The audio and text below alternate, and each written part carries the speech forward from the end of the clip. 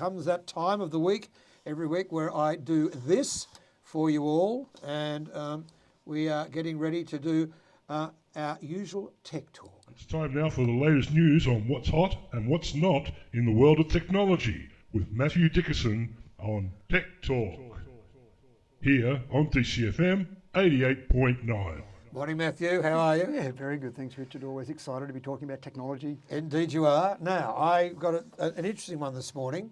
You say, when you drink water from a tap, are you worried about hackers? Well, Florida should be worried about hackers and Trump. But that's another story. Separate story altogether. Yeah, indeed. That's a good segue. But you're right. It's not something that I think of immediately. When I pick up a glass of water from the tap, I just drink it and don't think too much about being hacked. But there was a water filtration plant in Florida, in a small community over there in Florida, and they did in fact become or were hacked. But it was a really simple process that the hackers used. TeamViewer, which is a program that many people use. They get tech support, remote support. Someone takes over their computer, they can watch what's happening. And there was we use TeamViewer here all the time. Yeah, it's a very commonly used program and a very good program. There was an employee sitting at his desk, and luckily he just happened to be looking at his screen, and he saw a notification come up to say that he's being accessed, and he wondered what was happening there. And then he's watching, and the mouse starts moving around, and then it starts moving into changing some of the levels of some of the chemicals that go into the water. And then suddenly the sodium hydroxide level was being increased quite dramatically. He alerted his employer, they went into an emergency situation and basically stopped any water being treated as it was going through. Sodium hydroxide is used in a water filtration plant to basically control the acidity, and so there's small amounts used, but if you start putting large amounts, it can burn your throat, it can burn sodium hydroxide, most people would know it as caustic soda because that's what it is. Exactly right. So you have too much of that, you're going to be in trouble. So it's a bit like those doomsday movies where someone goes and poisons the water supply and that's it, it wipes out a population. But in this case, it really could have done some severe damage and could have caused a lot of deaths to the population there. I mean, I just wonder what would have happened if that employee had have gone to the toilet or gone and got a cup of coffee just when this was happening and came back and didn't notice anything was different. I mean, they did say at the water filtration plant that the testing they do, continual monitoring of the water as it's being treated, as it comes out the other end, they would have picked it up. And I'm sure they would have, but maybe some might have gone out to the population before that. But this is the thing, you start to think, what were they going to do with that? Were they going to try and hold that community to ransom, or was this a test run for something, a much larger process? There's all sorts of questions that come up, but hacking a water supply isn't the number one thing that I think of when I have a drink of water. Indeed. Well, I can tell you right now, sodium hydroxide is not used in the Dubbo water supply. It's not, but we do get a bit of hydrogen sulfide, and that's better known as rotten egg gas. Or H2S. Yeah, that's exactly right. That's another story. But I mean, I suppose if the caustic soda level had gone up, I would have saved a bucket to wipe down the walls. Well, you didn't drink it, it'd be okay. Yeah, before I did a painting job and save a few bucks. Now, what's happening with mining in Fortescue in Western Australia and driverless Ford Ranger cars? Yeah, look, if you had a dream to be driving on a mine site, then maybe that dream should be shelved, because they've had the large machinery has been either driverless or remote control for some time now, but they're going the next stage where there's some of their light vehicles are going to be driverless. Yeah. And they're actually doing an experiment at the moment. They're converting 4 Ford Rangers, and this is a joint project between Fortescue Metals Group and Ford. So those 4 Ford Rangers will be completely driverless. They won't be remote controlled, they'll be autonomous. Now in a mine site you don't have all the different things that might come out at you on a normal roadway, so it's a safer environment to have driverless vehicles. But when they analysed these particular vehicles, they were doing these 28-kilometre round trips to go and pick up a tool or a bit of equipment or machinery, and the technician or the mechanic that was working on some equipment would have to get in the ute, drive over to the depot, pick it up and drive back. Doesn't sound like much, but they analysed it and they found 12,000 trips a year were being done of those 28-kilometre round trips, approximately 28 kilometres. So these four Ford Utes will be basically sent back to the depot to pick up equipment and bring it back all by themselves. So, I mean, we talk about autonomous driving. There's lots of companies out there claiming that they'll have the autonomous vehicle on the roads anytime soon now.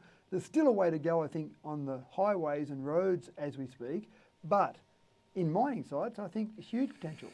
Well, you know what I'd do? I'd go and tell the Ford to pick up a left-handed screwdriver. The old, Go and ask for a long wait, maybe. yeah, a long way. The old apprentice tricks. Yeah, ask him to do that one. I've lost the next story. About car sickness. Yeah. This is an interesting one.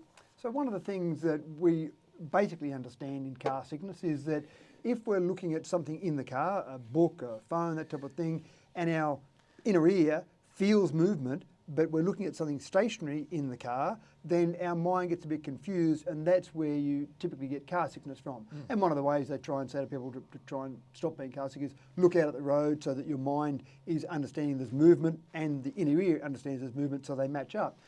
When we get to the point of driverless vehicles, autonomous vehicles, part of the, I suppose, dream of that is that you'll be able to sit in the car and do some work, read a book, have a sleep, whatever you want to do, but you might get more sick because you're sitting down reading a book. So Volvo's done some testing where they've had an autonomous vehicle driving and they've had people in the car and their job has been pretty simple. They've had to read a book, a heavy texted book they call it. I'm not sure what sort of book, a heavy texted book. I mean Thornburg's maybe something that's very heavy in its text. And so That's not heavy. no, there's just a lot of it there. That's right. So the War idea, and peace. yeah, war and peace. The idea is that you're trying to concentrate on something while something else is happening out there. But what the autonomous vehicle is doing is giving you information about what's about to happen. It's about to accelerate, it's about to decelerate, it's about to turn left, turn right. And the testing so far has shown that if you're aware of those movements before they happen, you're less likely to get sick. So this might be something that we do get in autonomous driving, that you might hear sounds in the car, you might actually have the car telling you what it's doing to try and reduce the likelihood of you being sick. So it's a whole different world out there. Who knows what our cars will be like when they're autonomous, but this is the first bit of testing around car sickness. Won't it be lovely? Because I have car sickness at the moment for Littleys, and I can speak of experience on this one. Didn't matter what you do. Was in the back seat. I feel sick. We had the bags. We had the airline bags. Yeah, they were oh God! Yeah, 3 miles down the road. Mentally knowing we're going for a long trip, right? Yeah. 3 miles down the road, 3 kilometres down the road. I feel sick. Yep. Well, I could never work out why my mum and dad used to always get us up at 4 o'clock in the morning when we go on holidays, but I think it was so we'd stay asleep, so we wouldn't realise that we were about to get sick. There was no probably huge advantage to leaving at that time of the morning, but I think the kids got in the car and went to sleep. Yeah. We got up at 4 o'clock in the morning. We had to slug from Lismore down to Sydney, and it took about 15 hours those days of driving. Yeah, right. Yeah, when I was a kid, I remember I've said this before, I remember the Pacific Highway when it was dirt. Showing your age now, Richard. I certainly am. Yeah, no. That was all right though, because you would have been on horse and sulky, wouldn't you? No, we were in a Holden sedan. Yeah, right. Dad was very proud of his Holden sedan. Now, the last one, we've had this on Air News, but certainly only in brief. It was on Sunday and Monday on Air News. It's about the paper Coca-Cola bottle. Yes. I think this is a great idea. Really interesting. Obviously, we've seen some paper drink containers in the past. We've had fruit juices, we've had milk, but the problem that's presented for anyone that makes carbonated drinks, i.e. Coca-Cola, then you've got not just a liquid you're trying to contain, but a gas you're trying to contain. And that puts the container under pressure. So making it out of paper is obviously a real challenge. But Coca-Cola recognise that they're number one on the list of plastic polluters around the world. So they're saying, well, we've got to do something about it. So they've got an experiment they're rolling out at the moment, paper containers. Unfortunately, they still do have a thin plastic lining on the inside. They have to, yeah. At the moment, they're hoping to get rid of that at some point in time, but their first experiment is, let's make them out of paper, thin bit of plastic, mainly to contain the gas. Let's run them through our packaging processes, our shipping processes, put them on the shelves, see how that testing goes, and then see if we can keep working towards it. The year 2030 they've targeted as the year that they want to be at the point where they're producing zero plastic in their whole production process, their whole shipping, everything in their container. So they've got a few years to do it, but it's a pretty big challenge as well. Other drink manufacturers are doing the same thing, people like Pepsi and Nestle, but also you've got alcohol manufacturers, so vodka, there's some vodka companies out there that are trying to get to paper containers. Again, they're not under pressure, so it's a little bit easier for them. But then you've got beer manufacturers. Carlsberg in America, for example, is trying to work on beer containers made of paper. Again, they're under pressure, so they've got that particular challenge there. So some interesting things happening there in the packaging world. And again, not an easy solution, but I think there'll be a solution out there if they put enough money, and let's face it, Coca-Cola's got a few dollars in the back pocket, so Just a few. throw enough money at it, I think they'll come up with a solution. Yeah, the only problem I've got with all that is what are they going to do with my red wine? I want it in glass because I want to turn my bottles because I date them and age them and so on. And I don't think I can turn a bottle. Well, I think glass is okay, and I think one of the things for a company like Coca-Cola, they used to be in glass, and there used to be a process where you'd collect those glass bottles and you'd take them back and you'd get your 5 cents or whatever it might have been, maybe 1 cent back in the early days.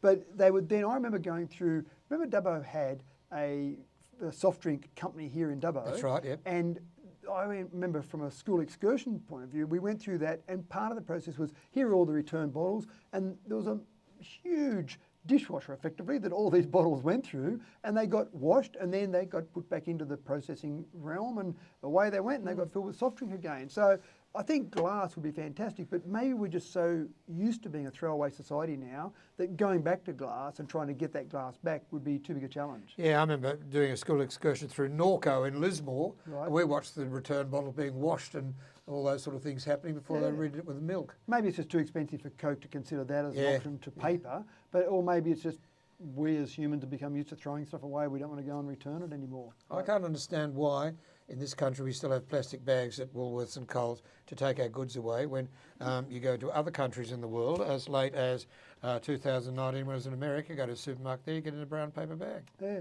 and they seem to have made them strong enough now to be able to handle it. Yeah. I know in our shop we've got all paper bags, that's all we use there. And I know, Yeah. I got one the other there day. you go. But they're made strong enough to handle the weight of the products that go in there. So, yeah, I'm sure we could do that. But anyway, it's not our decision to make, unfortunately. It isn't. It's almost 9:30. Matthew, thanks for coming in for Tech Talk. We'll see you next Wednesday morning. And hopefully nothing happens to our water supply. No, it that's doesn't right. get hacked. I might think twice about having a quick drink now. Oh, I think we'd be pretty right. DCFM 88.9. As I said, Tech Talk again next Wednesday morning around about 9:20. Here we go.